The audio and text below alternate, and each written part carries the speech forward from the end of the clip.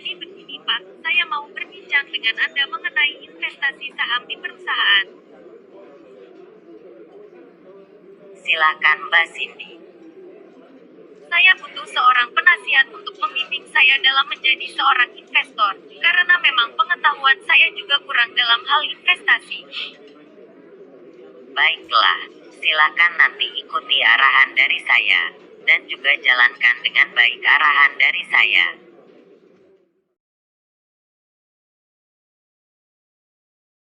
Akhirnya setelah 3 bulan investasiku lancar, nilai dolar terus meningkat.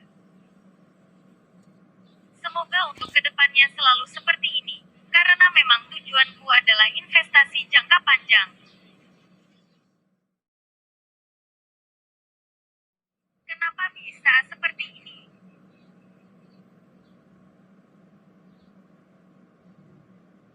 Sungguh, setelah 1 tahun ternyata laporan keuangan perusahaan sangat buruk. Rasanya aku telah salah memilih perusahaan untuk berinvestasi.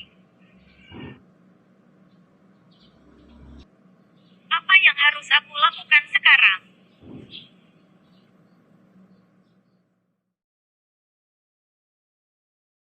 Jadi begini Pak Jose, setelah saya melakukan investasi selama 1 tahun di perusahaan itu, sekarang laporan keuangan perusahaan mengalami penurunan yang sangat drastis.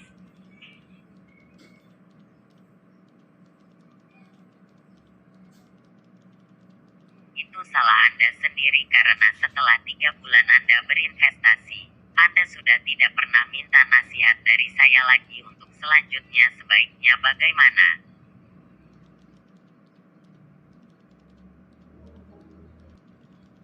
Untuk masalah itu saya memang mengakui kalau saya salah. Saya juga mengakui bahwa seharusnya saya belajar dulu mengenai investasi dan harus benar-benar memahami tentang perusahaan yang hendak saya pilih sebagai tempat untuk menanamkan modal.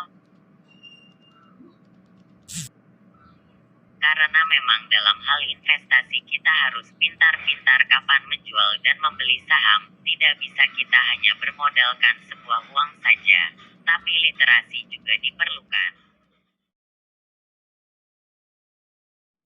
Halo kawan-kawan, jadi dari pengalaman saya ini bisa ditarik kesimpulan bahwa investasi bukan hanya sekedar membeli saham, tetapi kita harus betul-betul paham tentang kapan harus menjual dan membeli